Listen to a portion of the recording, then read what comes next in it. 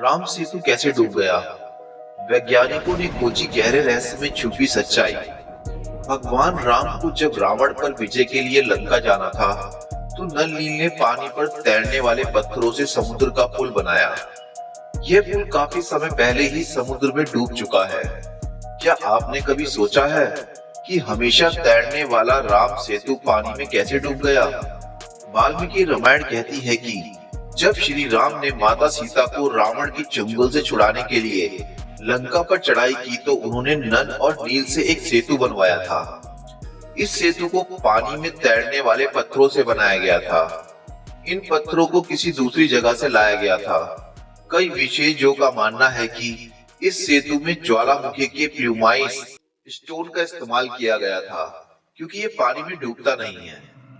फिर ऐसा क्या हुआ कि राम सेतु पानी में कुछ फुट नीचे डूब गया?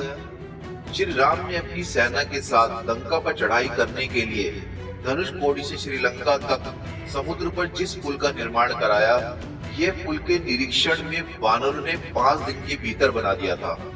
वाल्मीकि रामायण में इस पुल की लंबाई 100 योजन और चढ़ाई 250 योजन बताई गई है। गीता प्रेस गोरखपुर से प्रकाशित श्रीमद् वाल्मीकि रामायण तथा सुख सागर में बताया गया है कि श्री राम ने सेतु का नाम नल सेतु रखा था। महाभारत में भी श्री राम के नल सेतु का जिक्र आया है। वाल्मीकि रामायण में जिक्र है कि 3 दिन की खोजबीन के बाद श्री राम ने रामेश्वरम के आगे समुद्र में वह जगह ढूंढ निकाली जहां से आसानी से श्रीलंका तक पहुंचा जा सकता था।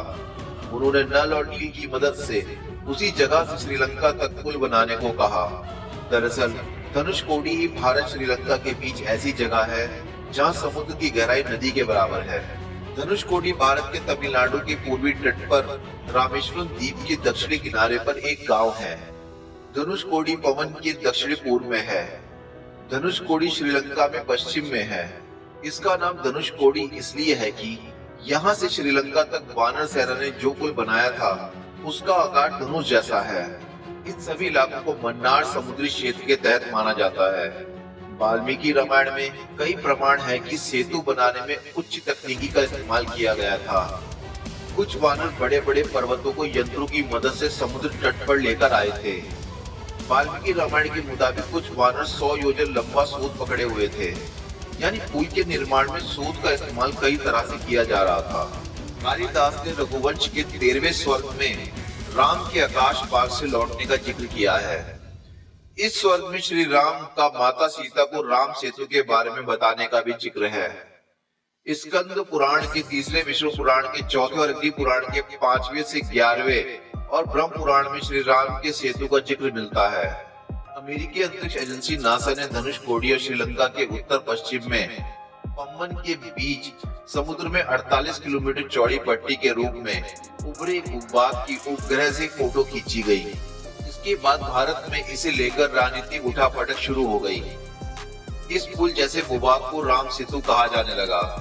राम सेतु की तस्वीरें नासा ने 14 दिसंबर 1966 को जामनी एनक्लेव से ली थी, जिनसे तस्वीरें लेने के 22 साल बाद ISS-1 ने तमिलनाडु तट पर रामेश्वरम और जाफना द्वीपों के बीच समुद्र के भीतर भूभाग का पता लगाकर तस्वीरें ली। इन तस्वीरों से अमेरिकी सैटेलाइट की तस्वीरें की भी पुष्टि होती है। साइंस चैनल पर दिसंबर 1917 में एक अमेरिकी TV show Asian land bridge में अमेरिकी पुरातत्वविदों ने वैज्ञानिक जांच के आधार पर कहा था कि श्री राम के लंका तक सेतु बनाने की हिंदू पौराणिक कथा सच हो सकती है। भारत और श्रीलंका के बीच 50 किलोमीटर लंबी एक रेखा चट्टानों से बनी है। पुरातत्वविदों ने कहा है कि चट्टान 7000 साल पुरानी है। इसके अलावा बताया गया है कि जिस बालू पर ये चट्टानें टिकी हैं, वह 4000 साल पुराना है। नासा के सैटेलाइट इमेज और दूसरे प्रमाणों के साथ विशेषज्ञ कहते हैं कि चट्टानों और बालों की उम्र में इस विसंगति से साफ है कि इस पुल को इंसानों ने ही बनाया था। सबसे पहले श्रीलंका के मुसलमानों ने इसे आदम पुल कहना शुरू किया। इसके बाद ईसाई इसे एडम ब्रिज कहने लगे।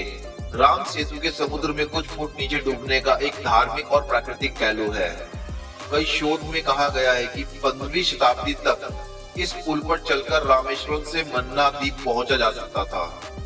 बाद में इसके पानी में डूबने के वैज्ञानिकों के कारण ने बताया है कि तूफानों ने राम सेतु की जगह पर समुद्र को कुछ गहरा कर दिया। वहीं 1480 में चक्रवात के कारण यह पुल टूट गया। फिर समुद्र का जल स्तर बढ़ने के कारण कुछ फुट पानी में डूब गया। धार्मिक कारणों में बताया जाता है कि विभीषण ने खुद इस पुल को तोड़ने के लिए श्री राम से अनुरोध किया था। पद्म पुराण के मुताबिक युद्ध से पहले रावण के भाई विभीषण ने धनुषकोडी नगर में श्री राम की शरण ली थी। रावण वध के बाद युद्ध खत्म होने पर श्री राम ने विभीषण को लंका का राजा बनाया। इसके बाद लंका के राजा विभीषण ने श्री राम से कहा कि भारत के वीर राजा हमेशा श्रीलंका पर हमला करने के लिए राम सेतु का इस्तेमाल करेंगे। उन्होंने श्री राम से सेतु तोड़ने का अनुरोध किया। विभीषण के अनुरोध मानते हुए श्री राम ने एक तीर चलाया। इसके बाद पुल जल स्तर से 2 से 3 फीट नीचे समुद्र में डूब गया। आज भी अगर कोई इस पुल पर खड़ा होता है तो उसे कमर तक पानी मिलता है।